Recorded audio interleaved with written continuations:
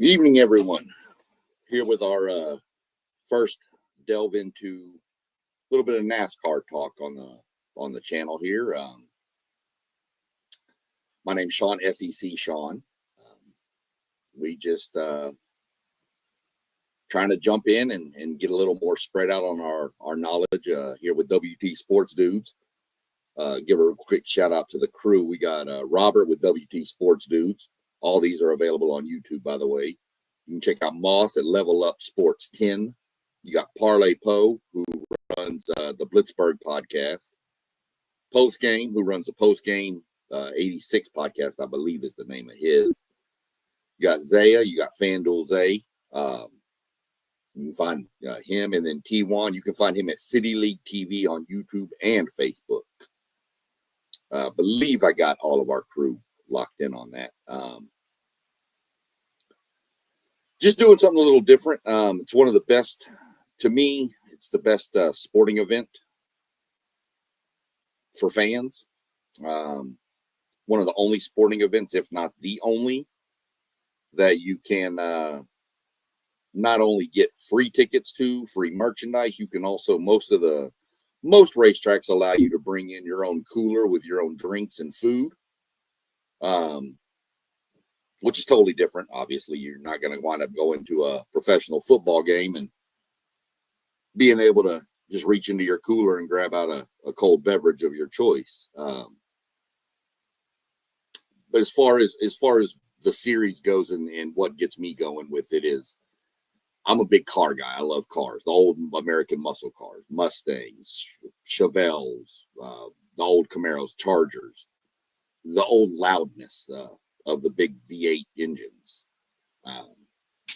It gets me sucked in. I love it. I just one of those things. Let's see, we got some people in the chat already over here. We got we got Moss over here with Level Up 10 Sports. Evening, Moss. Good to see you. See Post Game popped in. Post Game, how's you? Hope your evening's going good.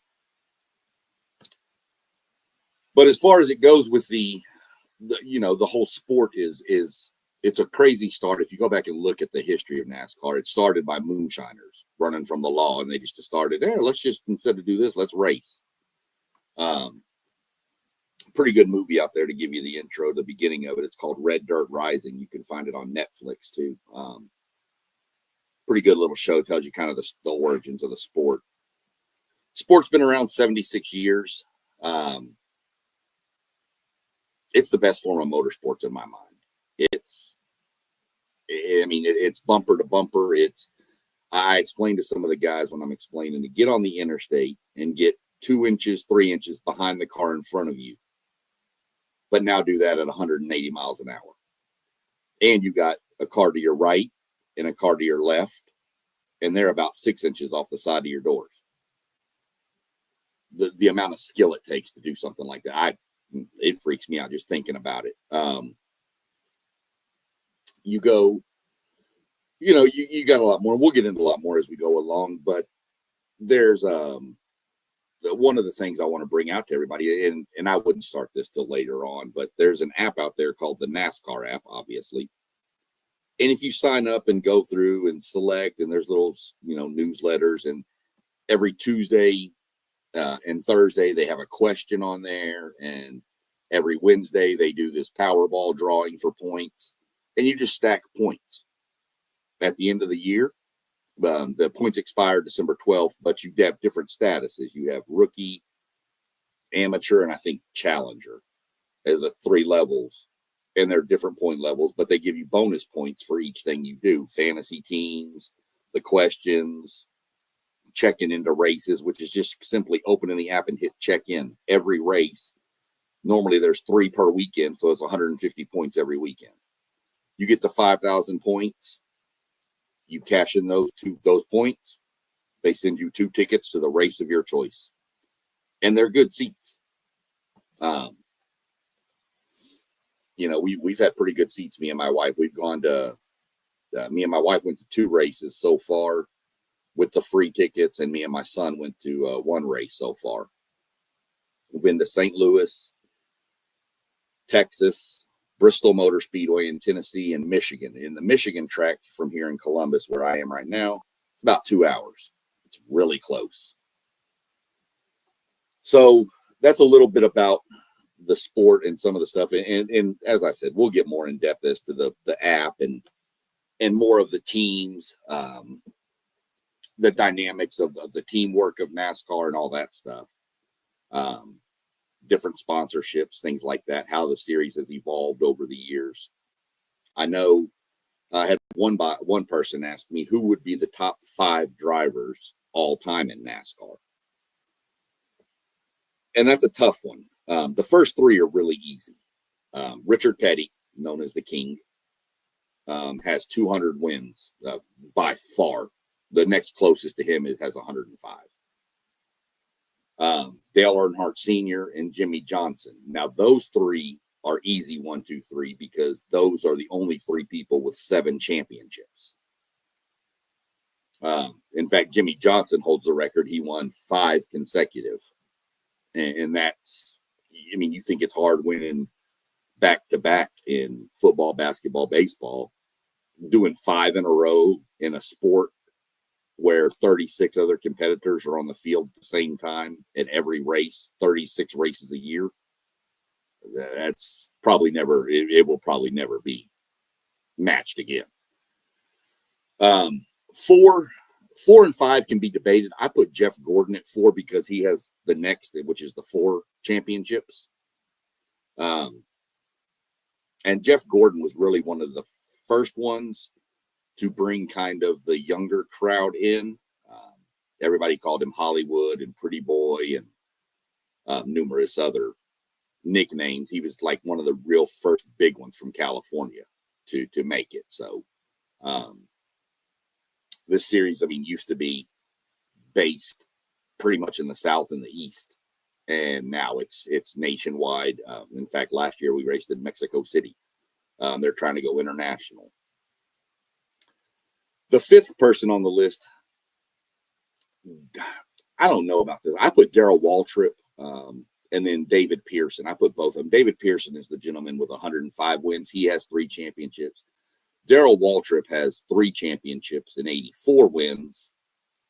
But there was a stretch where Darrell Waltrip was the face of the sport. David Pearson really never was the face of the sport. So I kind of put those 2 in a tie. But look, you start getting into NASCAR, you have a driver, you start following a driver, you could follow a driver who's young right now, up and coming. You turn around and in 15, 20 years, he's retired. You would probably put him at number 5 because you think he's great. My favorite driver retired 2 years ago. Used to drive the number 4 car for Busch Light, Kevin Harvick. This is actually the guy who took over the car after he retired, Josh Berry. But again, went to the race, got him to sign it. Josh Berry took over for him, but Kevin Harvick was my favorite of all time. He took over after the 2001 Daytona 500, which if anybody looks it up, that was the race that Dale Earnhardt Sr. died in. And he got thrust into taking over Dale Earnhardt's car as a 25-year-old kid. I say kid at 25, but to me, at 25, you're a kid. So there was a lot of pressure on him, and he just became one of my favorites. You ever want to, go back and look at stuff? You can go on the internet and get on either YouTube's NASCAR channel. You can get on there's a site called NASCARclassics.com, which has hundreds upon hundreds of races you can watch. Other than that, there's just so many things in this sport that are so different. And I'm sure some of the stuff I mentioned will pique some more interesting questions. And, feel free if you're watching, drop them in the chat. We'll get to them. We got a couple right now. Excuse me. One from the Robert over here at WTPP Sports Dudes. What's the noise level like at a NASCAR race? Is it louder than 100,000 screaming fans at a college football game? Yes, and it's not close. It's like standing under an airplane as it's coming over the top of you. It is one of the loudest. Some racetracks are different. Michigan, it's only really loud when the cars come in front of you. Bristol, which is a half-mile track, mind you, and the guys are doing laps in 13 seconds. Bristol, me and my wife could not speak to each other because we couldn't hear each other the whole time. You have to wear earplugs at a Bristol, and I would suggest wearing them at all times, and especially if you take children, make them wear earplugs. A race like Michigan, I don't normally wear earplugs, but at the smaller tracks, I do. You can't. There's no comparison. You could take 100,000 fans at all your premier college football programs, and I'm not sure it'd be as loud as a NASCAR race. You're talking 500 to 700 horsepower times 36 cars. It's pretty intense. Next, same person here. Okay. What's your best memory at a live race?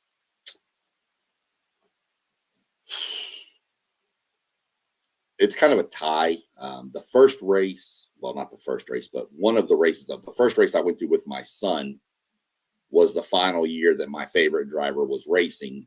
And so I drove over to St. Louis and got to watch him race one last time live. That was pretty cool. And to share it with my son, and my son got kind of hooked into the sport. He goes to the St. Louis race almost every year now. The other part of it would be the year we went down to Bristol, Tennessee, me and the wife. We made a whole weekend of it. We went to Charlotte to the NASCAR Hall of Fame. I'll get more into that at the end of this podcast. But my wife is one that she would watch it. It'd be on TV and she'd peek up when I say something about, big wreck or whatever. She'd look. But she wasn't really into it. And I took her to a race. She's locked. You go to a race one time, you'll be locked in. And that's all there is to it. So those are probably my two favorite memories. Let's see. What do we got next? Are NASCAR drivers the most skillful of all the race car drivers? I would have to, in my mind, yes. There will be a claim made that the guys that drive the Indy cars or the Formula One cars are more skillful. But to me, these NASCAR guys, yes, a lot of it, people think you just turn left, you turn left, you turn left all day. We have courses and road courses and street. We raced in downtown Chicago last year. We're racing on a naval base next year. There's right-hand turns, left-hand turns.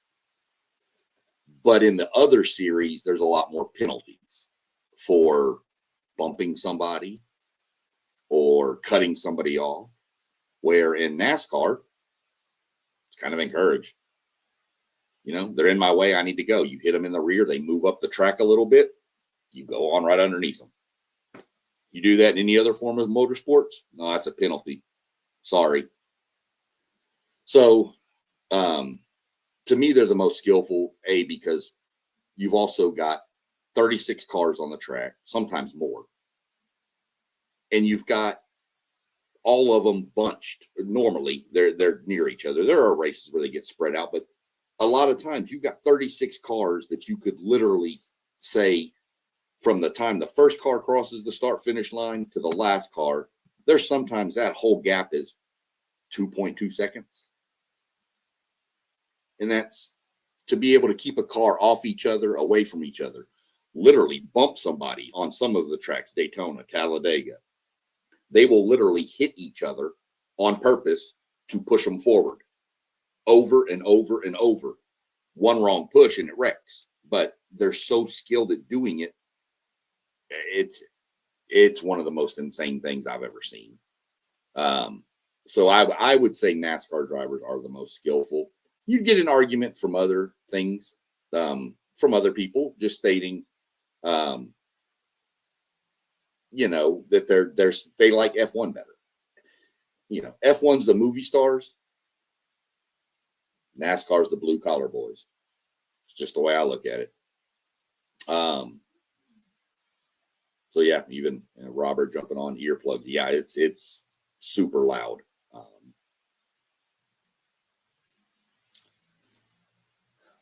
Post game, good question. How good was Danica? Um, Danica was good, but Danica was one of the first females to really take a shot at the NASCAR real hard. And she didn't get a lot of respect, which was shocking too, because at one point her boss was Tony Stewart, who was another one of the premier drivers. Tony Stewart is an amazing driver in his own right. He drove Indy cars, he drove NASCARs, and now he's racing dragsters in the NHRA drag race series, and he owns the team. But he owned a NASCAR team also, and she was on that team. She never got respect. She would get bumped, she'd get spun, she'd get wrecked. But I liked Danica. I thought she was good for the sport. She brought in a lot of young girls that we see that are in the lower series of NASCAR right now. They're in there because of people like Danica Patrick. And I think it's a good thing. There's one girl, I think she races, I want to say she races in the ARCA series, which is the lowest tier of motorsports for NASCAR. NASCAR has like baseball does. They have tiers. We have the ARCA Menard series, then you have the Truck series, then you have the Xfinity series, then you have the Big Boys, the Cup series. She's down in there, but her name's Isabella Robusto, and that girl's always in the top 5. She's a name I'm watching for females to come out of the levels down there. Differences between, we already kind of talked about that, but those differences between the penalties for bumping each other and stuff, there's also some others. I mean, NASCAR cars are all the same, give or take. They're stock cars. They're cars. They have to be in production from the manufacturer to be raced. And of course, they're modified with bigger engines and roll cages and all that safety stuff. But Ford races the Mustang. Chevy races what is now the Camaro, but they're stopping production of the Camaro. So Chevy has to find a new car. And Toyota uses the Camry. Those are the 3 manufacturers right now in the sport. But NASCAR and Indy race laps. Formula One races a clock. They set a timer for 2 hours and they race for 2 hours. Or if they finish all the laps, fine. But if they don't, and there's 10 laps left, they just end the race after 2 hours. NASCAR races based on what size track you're at. So like the Daytona 500 is a 2-mile track, 2.5 miles, sorry. So they race 250 laps. Bristol, the race I was talking about, the short track, is a 1/2-mile track, but the race is called the, Bristol Night Race by Bass Pro Shops 500. That's 500 laps. So, which is 250 miles on a 1/2-mile track. But it depends on the size, and that's how you get the justification for, is it going to be a 200-lap race or a 400-lap race? So that's the difference there. NASCAR will invoke time standards if there's an issue with some tracks don't have lights. So they can't race, obviously, in the dark because the cars don't have headlights. They look like it, but they don't. So they can't race at night. So like when we raced in Chicago a couple of years ago, when the torrential rain fell, they wound up having to cut the race short because sunset was at SO time, like at 8:20. So they had to cut the race at 8:15. So when they got to 8:15 and the driver hit the start finish line, they said last lap. And that ended the race early because the lights weren't enough on the streets of downtown Chicago to light it for a NASCAR. So that's the difference between those right there. As I mentioned, you have 3 main manufacturers: Ford, Chevy, Toyota, and that's in the top 2 series. In the 3rd series, the Truck series, that is that's 3 also, but next year Dodge is making their comeback. So next year you'll have Ford, Chevy, Toyota, and Dodge in the truck series. And Dodge is bringing back their Hemi and all that. So pretty exciting to have the Dodge boys come back. They were always a pretty big part of this sport. Going back to what I was talking about earlier about the memories and the Hall of Fame over in Charlotte, that is the most fan-friendly, hands-on Hall of Fame I've ever been to. And I have been to every major sports Hall of Fame. I've been to the pro football, basketball, baseball, and hockey. I've been to all of them. And that one right there is by far the most fan-friendly. You go in, you get your little badge when you check in, get your picture made. They put your picture up on the big screen and you check off who your favorite drivers and all this, and it puts up all these stats up there for you.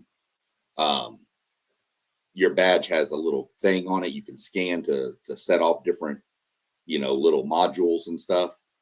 You can actually do a pit crew inside of there. You can, put the gas in, change the tires, jack the car up.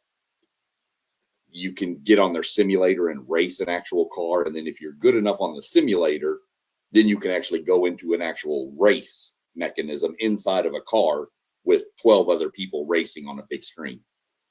As much as I'm into NASCAR, I didn't do too well on a simulator. I'm just going to go ahead and tell y'all. I was pretty good at going in circles, just not on the track. But there, you can sit there, and if you go with some people, like I can sit here and I'm just going to throw out post game because I see his name first.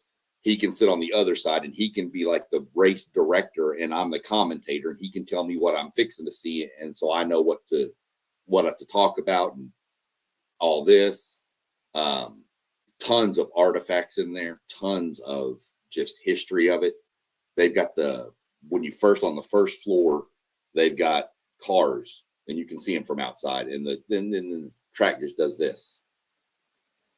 And you can actually stand on what the banking is like. Some of these bankings are 36-degree bankings. You're talking like this, and the cars are going in circles around them. Some tracks are flat, pretty flat. They're not all perfectly flat, but pretty flat. So there's a lot to it. It's one of the best events to me. Going to a NASCAR race is not going to the race. Yes, there's a race there, but let me tell you something. When you get on there and you pull up to the track, you'll have 100,000 people, 50,000 people, 90,000 people, whatever the case may be. And there's just stuff. It's like a huge carnival before the race starts. Merchandise haulers, NASCAR cars to sit in, question and answers with some of the most popular drivers. There's so many different things going on. We get to the race if the race starts at 2, we normally get to the racetrack about 10 o'clock. And then by the time we're done looking around and doing everything, we're racing to get to our seats because we've lost track of time. So there's all kinds of stuff to do there. It's more of an event than it is just a race. And if you have the time and the effort and the energy, you can literally, the track up at Michigan, that's a 3-day weekend race. The truck's on Friday, the Xfinity on Saturday, and the Cup on Sunday. You go to all 3 of them and have a different experience at all 3 of them. So it's just one of those things that it's not as popular in the northern areas. I mean, it's pretty popular in Columbus, I'll tell you that, but mainly because y'all have a driver named Ryan Blaney who's from Columbus, Ohio. Menards, the autos, the store, they're the big sponsor of the ARCA series. They sponsor numerous race cars. Kroger's a big sponsor. There's tons of things in this sport that to me make it the most exciting sporting event I've ever been to live. I don't know what else. Let's see. Where else can we go with this? like I said, the app and stuff for the free tickets and free merchandise and stuff, we'll get into all that as we get closer because it's pretty much shut down for the year. The season just ended last weekend. And so it'll probably be sometime right after the first of the year, they'll crank it back up. And that's when I would tell everybody to get the app. And then, this podcast will be going. Trying to do it every Friday. May miss a few here and there, but when I am on, you can drop comments. You can ask questions about the app. You can do whatever. I mean, I'll go through the whole setting up a fantasy team, all that good stuff. It's pretty exciting. You're not going to get excited and hooked on it watching it on TV, but get the app, get some free tickets, go to a race up in Michigan, Indianapolis. We race at Pocono over in Pennsylvania. St. Louis is only 6 hours. There's talks they're going to bring back the Kentucky Speedway, which is just south of Cincinnati. You're only, even the Bristol race is only 6 hours away down there. And to me, that's the ultimate racetrack. That one in Atlanta are probably my two favorite racetracks. So, once you go, you're going to be hooked, especially if you like cars. It's loud. It's very loud. It's just loud. And it's not, there's dirt and debris flying all over the place because cars are going by at such a fast rate of speed. It's like you may notice my shirt says Blackjack. Well, that's Josh Berry. He drives the number 21 car. And he won the race in Las Vegas this year. So they put out a shirt called Blackjack, and I immediately had to have it. Best venue to go to? I would always, as much as I hate to say it, being I'm from that state, I would not go to the Texas race. It's normally a pretty good race. The problem here recently, it had a few bad spots, but you got to remember you're outside and you're in Texas, and it's normally in like May or June. So it's not real fun. It's super hot. Best venue to go to. I like Atlanta. Atlanta is fun. There's a lot to do. It's south of Atlanta. It's not necessarily in Atlanta, but it's south of Atlanta by about probably 45 minutes. But there's plenty of stuff to do. If you could make a whole week out of it, which is what me and my wife do, by the way. We pick a race and then we plot a vacation around that race. So we go like 3 days early and go tool around, and then we take a couple of days to get back, and we just kind of tool around coming back to Columbus. So that's how I would base it. Bristol is amazing because of the scenery. It's up in the mountains, and you got the mountains, and then the racetrack is sat down in a bowl. They call it the world's last great Coliseum. That one's really good. Michigan is good, but Michigan is good if you're more into just flat out speed. There's times in Michigan those cars are topping 200 miles an hour. It's one of the fastest, if not the fastest track on the circuit nowadays. In fact, I want to say that's where Tony Stewart set the all-time speed record in qualifying, and it was like 212 miles an hour. That may not have been it. He may have hit that speed in the race. I'd have to look that up. But yeah, he was at 200. Somebody was clocked at 212, and I'm pretty sure it was Tony Stewart. I know Bill Elliott did it down south. Bill Elliott did it down at like either Talladega or Daytona. But that was before they put so many more rules in to control the speed of the cars at those big, huge super speedways. If you didn't have the control of the cars like they do now with all the safety enhancements, these cars would be pushing 230, 240, and they would just become airborne missiles. They're that fast, and they're 3,500 pounds, and they get airborne like it's nothing. go back and watch the 2023 and 2024 Daytona races in the spring or fall, sorry, whichever. 23 and 24, it was either Daytona or Talladega. It could have been both. The races there were some wrecks that will just freak you out. One guy barrel rolling 14, 15 times, gets out, comes to the racetrack, races the next week. You got another guy, my guy, Josh Berry, was leading the race, got clipped in the rear bumper, goes sideways, flips upside down, goes at about 150 miles an hour at this point into a wall, upside down, head on. Gets out of the car like nothing's wrong. I'm sitting there like looking at the TV going, get out of the car, you know. So those are some of my best venues. Those are the three I like the most. St. Louis is fun too. St. Louis is a little 1 mile track right there. It's actually in Illinois, but we call it St. Louis because it's literally right next to St. Louis. That's a fun little track. We had a really good time there. They put on a really good show at that event. Those are probably my top four. I don't know that I could choose one.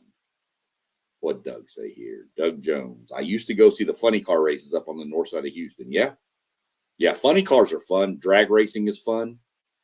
You definitely wear earplugs to a drag race. It's so much louder than the NASCAR even. But the NASCAR, the funny cars were crazy. They race right up here too in Hartford. I believe it's Hartford. See what this one is from Doug. What's the track in Fort Worth? That is Texas Motor Speedway. It's a good race. They race there. It varies. They move the schedule around. The schedule's out for next year. I just don't have it in front of me right now. I'm taking a little bit of a break since it just ended. Taking a little bit of a break. Want to get this podcast rolling, man, so we can get some more people involved, get some more people excited about this sport. But they race there normally May. Every now and then they'll throw that race in September, which isn't bad. But man, if it's in May or June, like I said, you don't want to go to that race. It's so brutal. The heat and that many people, it's not worth it. I've always said they need to put that race at night because that is a track that does have lights. And when they've raced there at night, it's been really good racing. So I'm hoping they'll go back to a night race there. That would make it a lot more bearable. So you've just got there's so many different elements to this sport there's so many levels to peel back, so to speak. There's a team, there's a dynamic in the team, but yet you don't do the team dynamic because you got to win or want to, prime example, you've got Penske, who owns 3 cars in the Cup Series, which is the number 2, 12, and 22. The 2 is driven by Austin Cindric, the 12 is driven by Ryan Blaney, and the 22 is driven by Joey Logano. They also have the 21 car, which that's like a alliance car for the Wood brothers, which is, of course, my guy. But they all have a dynamic that I don't care what you do as long as you don't wreck your teammate. Some teams are like, doesn't matter what you do. Whoever wins the race wins the race. But Penske is like, don't wreck your teammate to win the race. And, you have just different dynamics because you have a team, then you have, an owner of the team who's got 3 separate teams, but yet they're all one team. And, it's just a crazy dynamic in the sport. It's the weirdest dynamic of all the major sports, especially when you take into consideration that,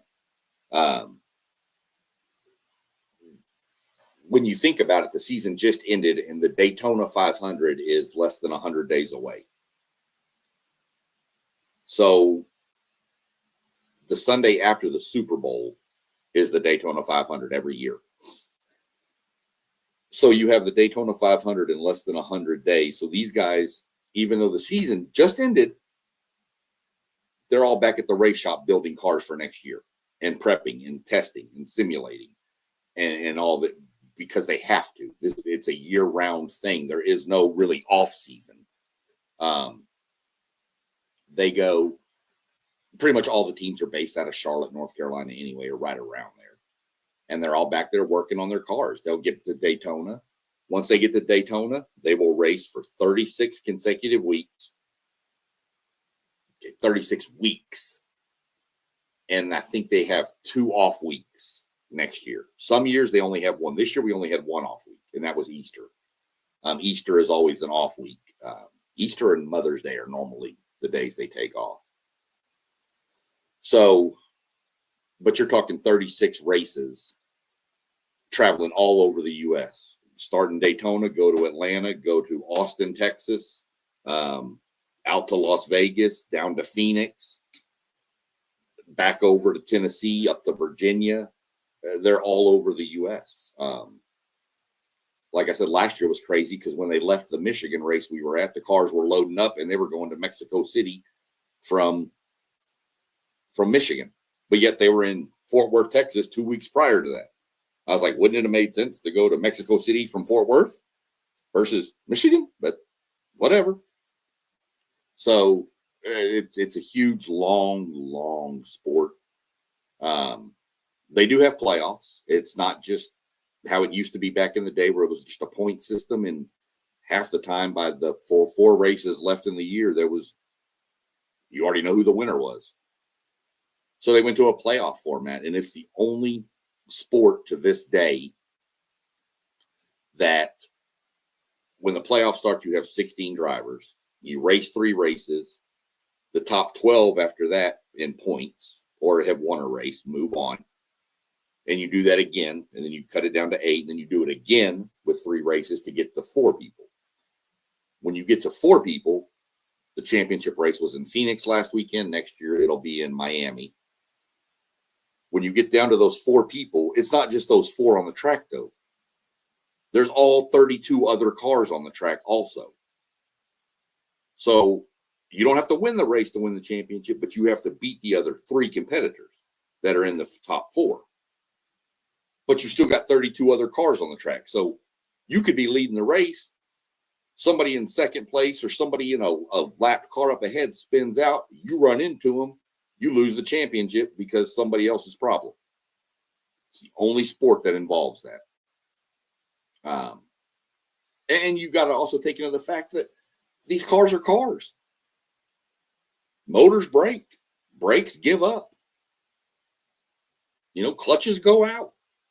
So you could be winning the race. Your clutch goes out. You go in to get a pit stop for gas. You can't get the car started because you can't get it in gear. You got to get the car pushed. Now you've gone from leading the race to now you're 20th. It's just one of those. It's it's something I wish everybody could experience at least once and make their own decision for. I'm gonna put some more stuff together for probably next week, and I'll go next week. I'll probably break down more of I'll have the schedule put up, so if anybody wants to know when races are, or you got questions on how long does it take to get the points built up. I mean, I can tell you this right now: if you do the app and you're adamant and you stay on top of the stuff, you can have 5,000 points by the time of the next year's over. I was on it this year. I did it every day. I'm obviously at the highest tier, but I had, I think I finished with 12,000 points. And if you think, I'm not going to go to a race next year, you don't have to. They have sweepstakes. You take your points, put them on a sweepstakes. Sometimes it's free Sunoco gas for a year. Sometimes it's win a VIP trip to the championship race. Just all kinds of different stuff. So there's plenty to do with the points and the stuff you earn. It's not just race tickets. So just you know, like I said, if you want, I mean, we'll get more into it. We'll get some more questions from y'all. We'll get some people rolling in. We'll knock out what we can do and see if we can turn some people on and get this rolling. I mean, like I said, to me, no better fan experience than this place. Best sporting event fan experience I've ever been to, and I've been to every major sporting event there is. I just, it's one of those things that's just so phenomenal. So looks like the questions have slowed down. Anybody got anything else before we get on out of here? If not, we're going to get on out of here, and I'm going to go crank up and spend the evening with the wife and relax.